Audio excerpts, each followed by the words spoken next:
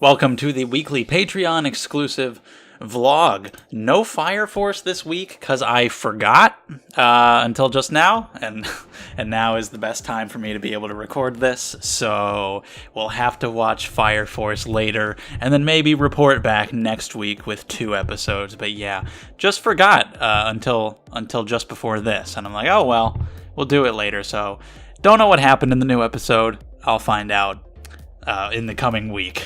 But anyway, have been watching Dr. Stone, though, which has been a lot of fun. Not going to go into huge spoilers, any spoilers. Not going to go into huge detail. Just been watching it with my girlfriend after we finished The Promised Neverland. I think that's the last thing we watched. I just was like, what the hell should we watch? Scrolling through Crunchyroll. I needed to catch up on Dr. Stone because I was pretty far behind, so I was like, okay, I'll just show it to her, and then we'll catch up together, and so that's been a lot of fun. The facial expressions in Dr. Stone are the most perfect, incredible facial expressions of all time. The art in the manga is far superior.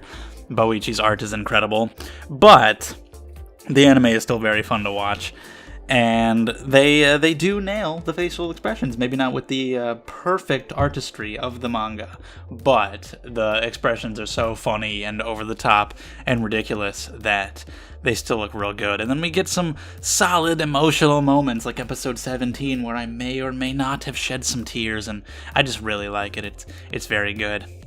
So anyway, I talked last week, a couple weeks ago, about an idea for eventually introducing another slot onto the channel of reactions for bad anime, and this was just a random idea that I had, nothing concrete, just something I was thinking about and throwing out there. So here's another one of those, just another random idea to throw out there for potentially happening in the future, or maybe not.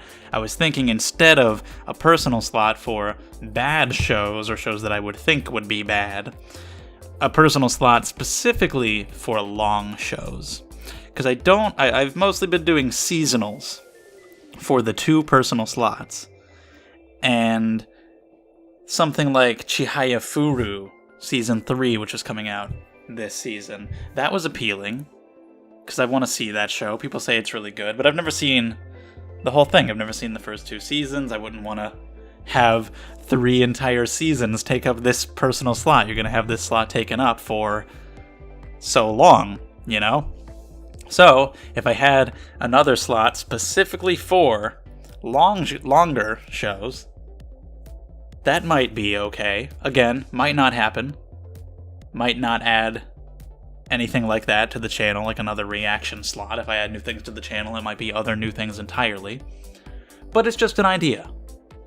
So then they can be quote-unquote bad or whatever, as long as they're longer. We'll see what happens. Because generally, they've been seasonal shows in the personal slot, and since I have 2 of them, even if a seasonal show ends up being 2 core, I can watch at least one thing each season. So having another slot for long personal shows could be a thing that happens someday. We'll see. Just an idea that I had. Anyway, we're continuing the Redbox narrative. These vlogs have an intricate, difficult to follow, running narrative. We're calling back to however many weeks ago it's been since I talked about Redbox. We're reincorporating that plot element. Genius Eiichiro Oda level planning going on here. It's back, baby. The Redbox was gone because the Walmart was doing their remodel, and they're done or almost done or something, and it's back. That is all that I have to say about that. I never said it was an interesting plot line. It just came back. So there it is. I can rent movies from Redbox again, should I choose. I know you are all dying to know when the Redbox would return, so I felt an obligation to tell you. Anyway, I finished Yuri on Ice after like 2 years, or however, whenever that show aired.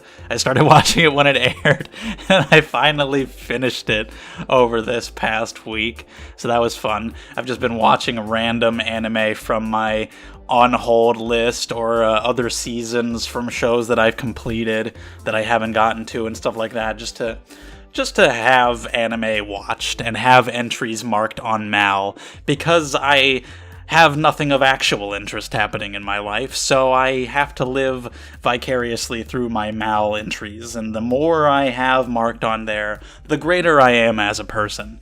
And I don't see that as a problem at all. I'm perfectly fine living that way anyway.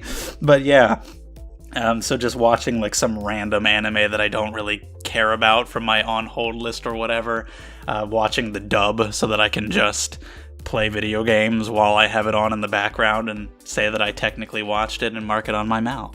So that's been pretty fun. I've been playing Celeste while doing that, which I had only played a little bit of before, and now I've been playing more of and really getting into it, and it's so fun, it's so good.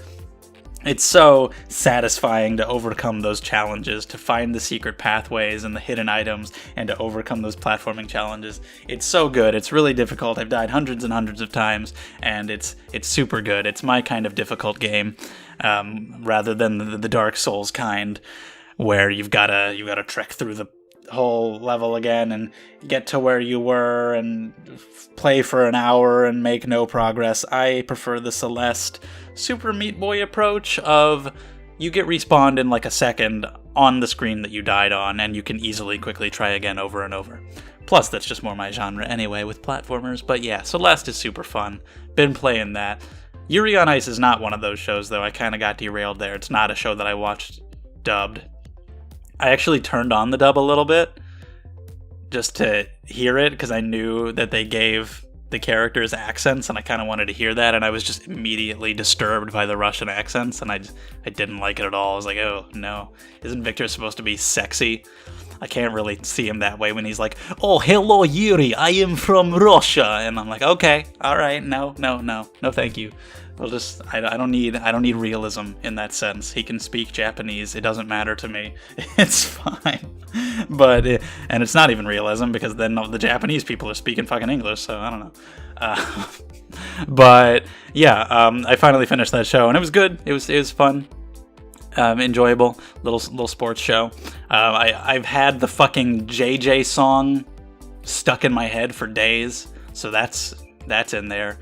I just liked him because he was voiced by Mamoru Miyano and sounded exactly like Okabe and that fucking song. I was kind of rooting for him. But yeah, like the second half of the show is just non-stop skating and just shows everyone's skate routine in full all the time, so it gets a little tiring. It's like just the skating.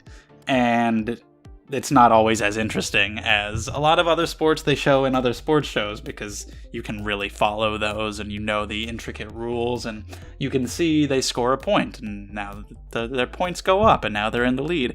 Whereas a lot of the time with the skating performances, you don't really know exactly how good they're doing. Like, they might fall and you're like, oh shit, that's bad, but then they get a really high score because of other stuff that they did, or they might do it perfectly, but then for whatever reason they don't get as high of a score, so you don't really know. You never really have that moment during the routine where you're like, oh yes, that was the best routine ever, they are gonna get an amazing score.